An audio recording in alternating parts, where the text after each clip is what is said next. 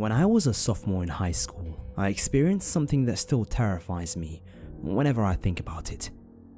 I've had really bad insomnia since I was about 12, so to help me sleep, I used these weird sleep sheet things that my mum found, and they knock me out hard and fast, and I sleep like a log until my alarm goes off in the morning. I also have to listen to music or else I can't sleep, so I have a special playlist for when I go to bed.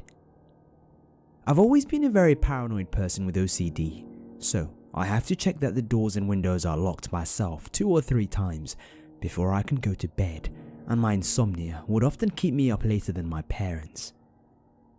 My OCD also requires me to perfectly line my phone up to the outer edge of the shelf that I have next to my bed, so that if it falls away from me. Well, one night, I wake up at about 4 in the morning, in a complete state of panic, and no idea why. After sitting up and groggily checking that everything was normal in my room, I realized that not only was my phone softly playing a song that was not on my sleep playlist, but that my phone was not on the shelf where I always leave it, but rather placed carefully in the middle of the pillow next to me, on the side of the bed furthest from the shelf. More than a little freaked out, I tried to reason with myself that maybe I had forgotten to put my phone on the shelf, and it was just coincidence that it was where it was. That is, until I tried to check the time, and realized that my phone background was not the picture of my friends and I that I had set, but instead it was a picture of me sleeping, with over 40 more sleeping pictures of me taken from different angles saved to my camera roll, one of which had a partial gloved finger in the shot. I immediately freaked out and called for my parents, who came rushing in. They didn't believe me at first, getting mad at me for waking them up for a prank, thinking that I had taken the pictures myself. But after waking up a bit more and actually looking at the pictures and seeing that I definitely couldn't have possibly taken these pictures myself, my dad checks the house to make sure no one was there, and my mum called the police. Apparently, whoever it was had picked the lock on the back door, and my parents couldn't hear it over my dad's snoring, and I was in too deep of a sleep to hear it. The police weren't able to find who it was, and I never got any closure. But we changed the locks that week, and I painted my windows shut, since I never opened them anyway, for some peace of mind. What scares me the most was that someone was in my room for who knows how long watching me sleep, and they wanted me to know it badly enough to take pictures on my own phone as proof.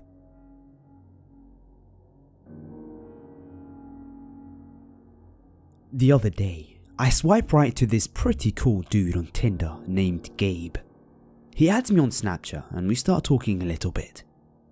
He decides to come pick me up and come smoke for a bit. I'm like, cool, yeah, whatever. And in the Bay Area, smoking and driving is technically a date. But as soon as I get in the car, I get a really weird vibe. I don't know, his smile was just way too wide or something, and he stared at me without blinking just slightly long enough to make me uncomfortable. Also, he wouldn't tell me anything about himself. He just kept saying, "Oh, I make money doing this and that, and wherever I can." And he would refer to all females as bitches. Major red flag. Well, after a couple of blunts, I'm starting to get tired and I'm like, "So, you gonna drive me home?" And he says, "Yeah, sure, I just gotta stop by the grocery store for a few things." I tell him okay, so we go to the grocery store by my house because we're still in my neighborhood. By this time it's pretty dark, but there are some lights on in the parking lot. After about 5 minutes of sitting there while he's typing on his phone, I get kinda curious and look at the reflection of the driver's side window to see if I can read his texts. I could. It read, "Yeah, I got her, sitting in the Lucky's parking lot." I immediately went numb from head to toe. I decided I had to do something fast because I don't know who he's texting or why he's telling them where we are. I start to notice things.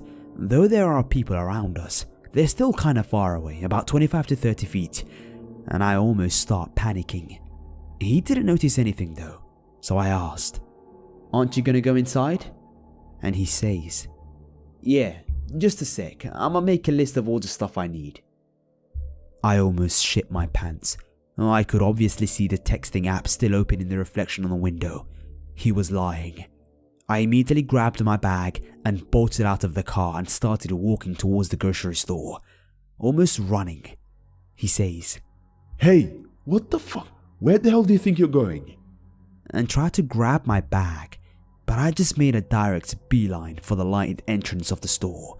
I made it into the store and looked out of the window to see him driving around the parking lot, talking on the phone and waving his hands around. Seconds after, he peeled out of the parking lot and almost hit another car.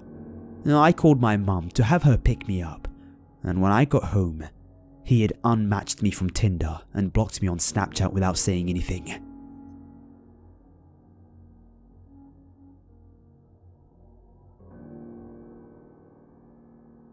I was recently reminded of this encounter by my mother. If she hadn't brought it up, I probably would have gone the rest of my life without thinking of this incident. But once I did, then all of these memories came flooding back. My family traveled from the Midwest to the East Coast almost every year. We usually drove through Canada to New York, Vermont, New Hampshire, and then up to Maine, where my dad's family is from. We stopped at various tourist spots and resorts while on this trip. When I was somewhere around 6 or 7 years old, we were staying at a family-style resort in New Hampshire. It was a very large complex with 4 buildings full of hotel rooms, all facing each other with a parking lot to the left, small park and picnicking area in the middle, and the outdoor pool with a fence around it to the right. Each building had 2 levels with outdoor stairs, and each room had a door that went outside, not into a hallway. There was a path from the bottom of the stairs through the small park to the pool. I've always been quick to get ready, so while my mum, dad and sister, who was a 1-year-old at the time, were getting ready to go to the pool, I was getting antsy and wanted to go check out the tacky water slide tacked onto the side of the pool. I remember my dad being busy and distracted while I said, "I'm going out to the pool," and began walking outside and down the stairs.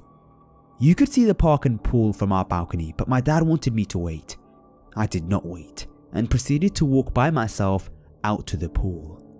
I was walking along the path through the little park when 2 big arms picked me up and started pulling me back. This is what I have the sharpest memory of, my purple jelly sandals being lifted off the ground under me. I didn't immediately turn around because I just figured it was my dad dragging me back to the room, mad that I disobeyed him. I just sighed and accepted my fate as being in trouble. Then, I heard my dad in the distance yell, "Hey, get off my daughter," or something along those lines, and so I finally turned to see who the hell was holding me. It was some guy, really tall, really thin, wearing dark clothes. He had a car that was pulled up right to the park, not parked in a parking spot or anything, only about 20 feet away. I looked and saw my dad barreling down the motel stairs holding my sister's water noodle and wearing his bright green neon water shorts.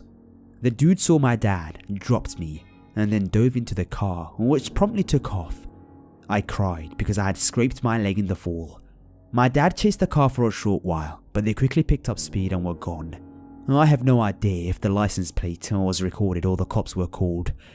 We did continue to go to the pool and play, but I remember that my dad was in a rightfully bad mood the rest of the afternoon, and I couldn't get him to play in the pool with me. He usually was a big reader, but he just sat in a chair peering around the parking lot and looking miffed the rest of the afternoon. Who knows what would have happened if my dad hadn't been walking out behind me, looking out the window. I was honestly probably 10 seconds away from being thrown into that car and taken God knows where.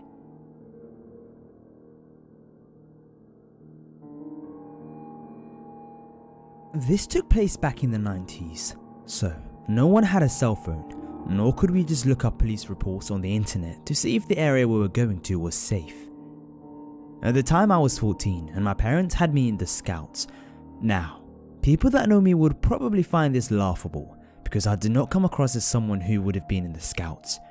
To be honest, I wasn't a very good one. I wasn't in it for merit badges or rank, but I loved camping and what came along with it. One camping weekend came up and we gathered together in a parking lot. There were 8 scouts, counting myself, and 3 adults that were going. I knew 2 of the adults and the other one was a new guy that was an Eagle Scout. All 3 of them were in the military at the time, though I couldn't tell you what branch. Only one other guy was my age, and I didn't know him very well. All the other kids were a few years younger than us, 10 to 11-year-olds, and we didn't want to hang around them. So the other guy and I started talking while avoiding the others. Turned out that this kid was a piece of shit, but I was stuck with either him or a group of pre-adolescents. We pack into a few vehicles and get to the campsite at a park. The park we were staying was just off a back road highway, and at the entrance of the park there was a group of newspaper vending machines, a drink and snack machine, and a couple of payphones. A couple of the fat kids started bouncing in their seats at the sight of the drink and snack machines. "I don't want to catch any of you near any of those," said one of the adults. I sat back and enjoyed the whining that ensued. I was a broke kid anyway, so I didn't care. We ended up parking a little ways down the road, not far from the park entrance, and walked up to the campsite. From where we were, we could still see the cars, but not the park entrance. We unpacked and gathered our tents together. There was a large 8-man tent where most of us were to sleep, and a few smaller tents that a couple of the younger kids wanted to sleep in. After we put up the tent, the other kid my age and I began exploring. We started to hike a few of the trails, but they were overgrown. It seemed that they were rarely used and hadn't been cleared in a long time. Eventually we turned back and were glad that we did, because when we got back, it was time to start a campfire. Now, I'm a little arsonist at heart. No, I'm not going to burn down houses or cars. But when someone says campfire, look out. I was tearing through the woods looking for anything burnable, twigs, fallen branches, small logs, absolutely anything. I had brought back a big pile of stuff before one of the adults looked at me and said, "That's more than enough. There's no way you will need to use all of that." My dreams of a large fire were busted. One of the adults said that he had to go home for a while and would be back later that night. We waved goodbye as he left.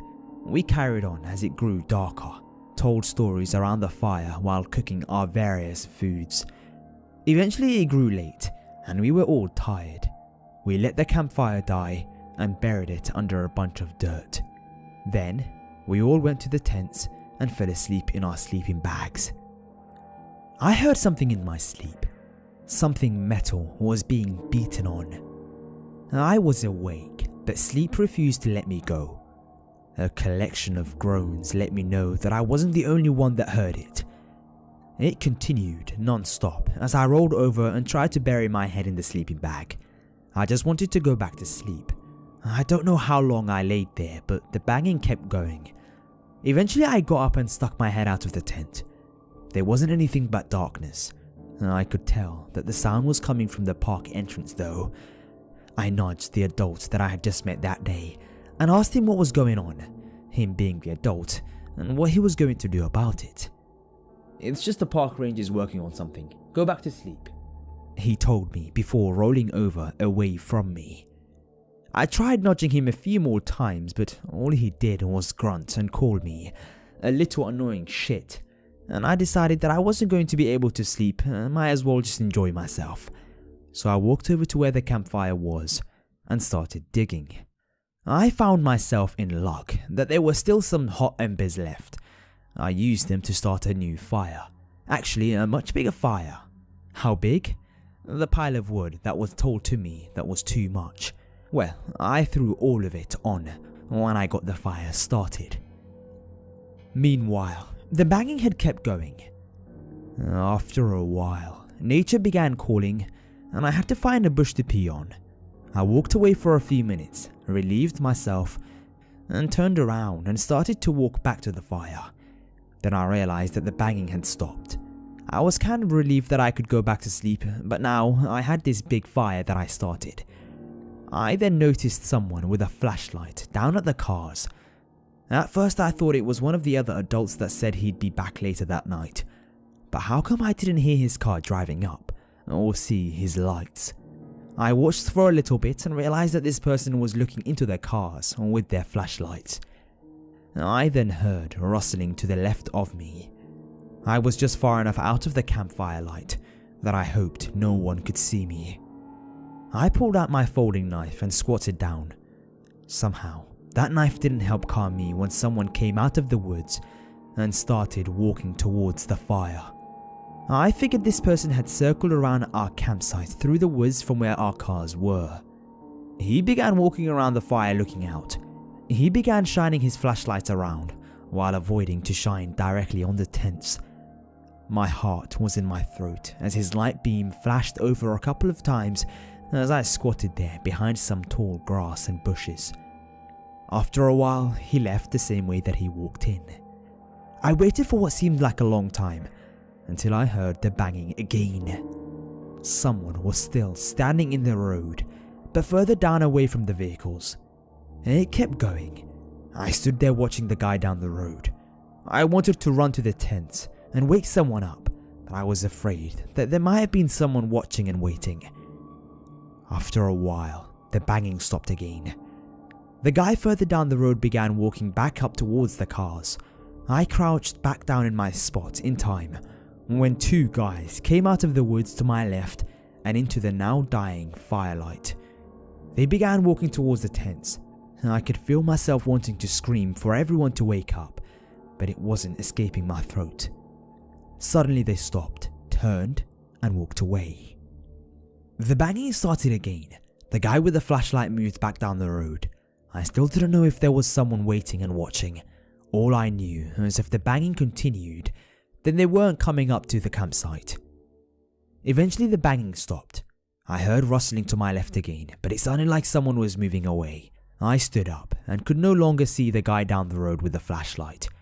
I stood there and waited. Summoning up my courage, I ran to the tents and violently shook an adult awake. Unfortunately, it was the same new adult that I met the other day before. I began to try and tell him what had happened, about the people. I was told that I was being annoying and must have dreamt about it. I left and sulked while keeping a lookout. Dawn came and everyone got up. I tried talking to the other adult, but the new adult would cut me off and began to chastise me for making up stories and lying. I was too exhausted to keep fighting with him, and a few hours later, the other adult that had left came back. He began asking if we heard anything last night. The new adult said that yes, he heard the park rangers doing some work last night. Well, it wasn't the park rangers.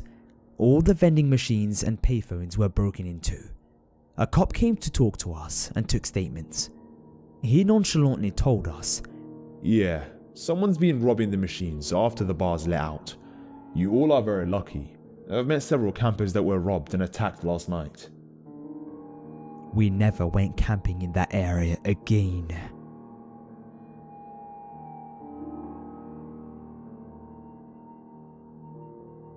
Well aware that this story is very anticlimactic, but to me, this was a very out of the ordinary encounter.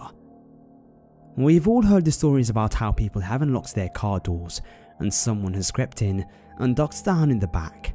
These stories normally end very gruesomely. I'm an extremely paranoid person and I'm normally so pedantic with checking the back of my car when I finish work late or so due to such stories. Anyway, there is a town 15 minutes drive away from my town that has a 24-hour service station. It does fuel, hot food, drinks and all that stuff. I often find myself wanting food at ungodly hours of the morning, so I will make the quick drive to go get some food. This night still blows my mind as it was nothing out of the ordinary. I didn't notice anything. Anyway, I pulled up to the servo, parked my car, walked into the servo as I had done a million times. I wanted chips, which being so late at night, they cook on demand, so I had to wait 10 minutes for them to cook. That 10 minutes I spent chatting to the worker at the counter, who I had met several times when coming to the servo. My chips cooked up and I got in my car and made the 15-minute drive home. I pulled into my house, turned off the car, and opened my door and got out and started walking to the front door. I was about to click the lock button on the keys when I absolutely nearly died as I heard one of the car doors open. I turned around and there is a rough-looking man stepping out. Obviously I went into panic mode, but all I did was stand there getting that constricting, burning feeling in my chest. Then the bloke goes something along the lines of, "I heard you are going to such and such town," referring to my town. "I thought you'd say no to a lift." Then he just left. Never seen him before, and then never saw him again. My only explanation for this is that maybe while talking to the server worker, I've mentioned where I lived and was going back to, obviously thinking nothing of it as I had spoken to this person many times. This man must have overheard and decided to duck down in the back and hitch a damn ride. The whole time I never noticed him in there, and definitely did not see anyone getting in my car, which, had I turned my head and paid attention, was in full view. To conclude, if he had asked for a ride, I probably would have said no, and despite the fact that I sort of laugh about it now, I cannot even explain my terror that night.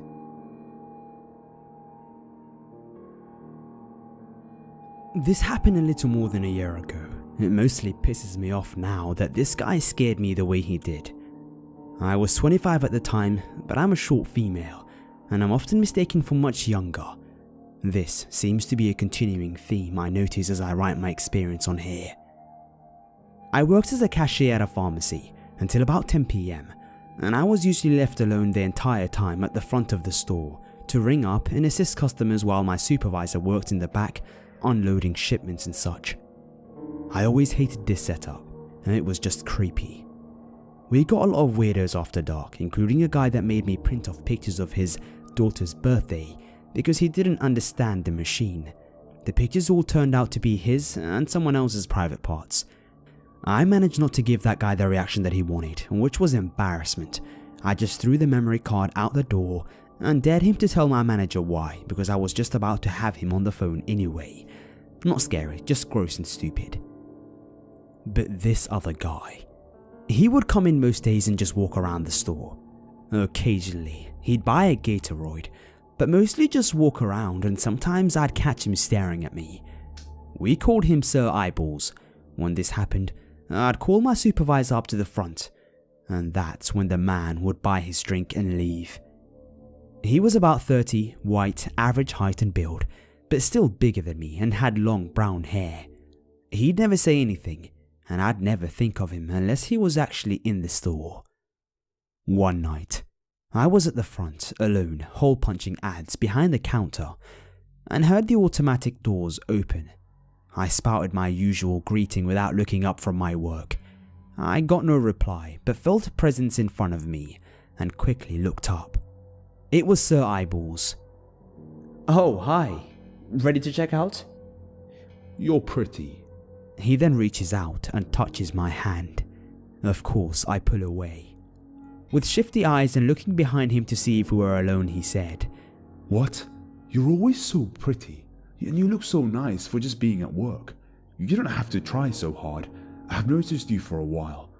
Why do they make you work alone?" I know I don't have to explain myself, but trying so hard is apparently wearing foundation, mascara, my work uniform, and my hair in a ponytail. Oh, and my wedding rings. I told him straight up not to touch me, and that I wasn't alone, and grabbed the phone next to me to page my supervisor. I used to giggle and didn't know how to handle unwanted attention, but I learned that being clear and confident was usually enough to deter it. But not this time. His face changed from creepy smile to straight up pissed. I turned my head to look for the page button, and he took that moment to reach across the counter and yanked my head back by my ponytail. Just a giant fucking yank. I heard some of my hair rip out and I screamed, "Don't fucking touch me!" He smacked the counter with both hands, and then we heard my supervisor's keys jingling up the aisles as he ran to the front of the store. "God, you're a bitch. You're such a bitch, you know that, right? I don't even care about you. You're a bitch. You're a stupid bitch. He said this calmly as he walked out of the store. My supervisor, a big guy but not a moron, locked the door and called the police. And after that, I told him what happened. I sat in the office until my livid husband showed up and took me home to cry. They were able to identify the guy from our surveillance tape. Apparently, he had similar incidents at a local mall, but this was the worst. I'm not sure, but hopefully it was enough to arrest him, since I never saw him again. I should have pressed charges, but I didn't think about it until much later. I quit 2 months later after they never scheduled me with another person, or changed anything at all to prevent something like this from happening again. In fact, the store manager just advised me not to be so friendly with customers when I worked alone, to not give the wrong idea. Yep, I did stop wearing any kind of makeup the rest of the time that I worked there, and kept my head down. I have pretty bad anxiety anyway, and felt like throwing up during every shift. Screw that guy. After telling my mother about some stories from this subreddit, she revealed to me the following story from her childhood, which I found truly shocking and disturbing. When my mum was in 5th grade, she went to a grade school only a few blocks from her house. Therefore, it was not uncommon for her to walk to and from school with her childhood friend and neighbour, Pam. Now, as young and naive children, they were in their own little worlds and didn't really understand the disturbing events that were about to take place. One day, on their walk back home from school, they were walking past a park they walked by every single day and stumbled across a note. In this note were explicit and disturbing sexual scenes that my mother did not tell me details of. She did, however, have a look of complete and utter shock when she recalled them. She told me that back then, Pam and her thought nothing of it and only laughed at the ridiculousness of it, as little girls do when approached with the icky topic of sex. They kept the note and walked on, forgetting about it quickly. But soon enough, they found another note on their usual path home. Another note describing sexual details that little girls should never be exposed to. At this point, my mother told my grandmother about it. Times were different back then, and Grandma, although bothered that her daughter was being exposed to such inappropriate notes, was not too worried about it. The notes kept popping up. My mum and Pam simply thought that maybe they were accidentally uncovering notes that someone was leaving for their lover, who happened to be into the same demented sex acts as they were. Yet, these two young girls really didn't want to find these notes any longer, and decided to walk a different way home every day instead. This is where it gets freaky. They started taking a route that followed completely different streets and did not at all go near the park that they once found the notes in. Yet, they began finding these notes once again on their new way home. My mum told me that the note she remembered most was a description of what his semen tastes like. They found this note tucked away in a little red box beside a tree. The last note they found, after dozens of them, before they told their parents and teachers, said something along the lines of, "There is a man in a van who would like to pick up the redhead and her friend." My mother is at this point a 12-year-old redhead. The contents of this last note, an expression of this man's desire to abduct my redhead mother and her friend, showed undoubtedly that the notes that they have been finding all these years, in the past 2 years in fact, while walking from home to school, had been meant for them. All the deviant sexual acts and the odd descriptions of semen flavor and fetishes, all were meant for these pre-pubescent girls. Perhaps the most disturbing part of this is the fact that he knew the ways and times they walked home. He knew them well enough to strategically put these notes where only they would find them, and he knew to switch the locations when they began taking other pathways home. Ultimately, my mother never noticed a man in a van watching her and her friend walk home because, like I said, they were silly little girls lost in their own little world. But my mum knows now that he was there, watching, writing these sick fantasies for her to read. The school was informed of what was happening, and although no police action or anything like that was ever taken, the boys of her class volunteered to walk them home and make sure they got home safe. The notes never showed up again.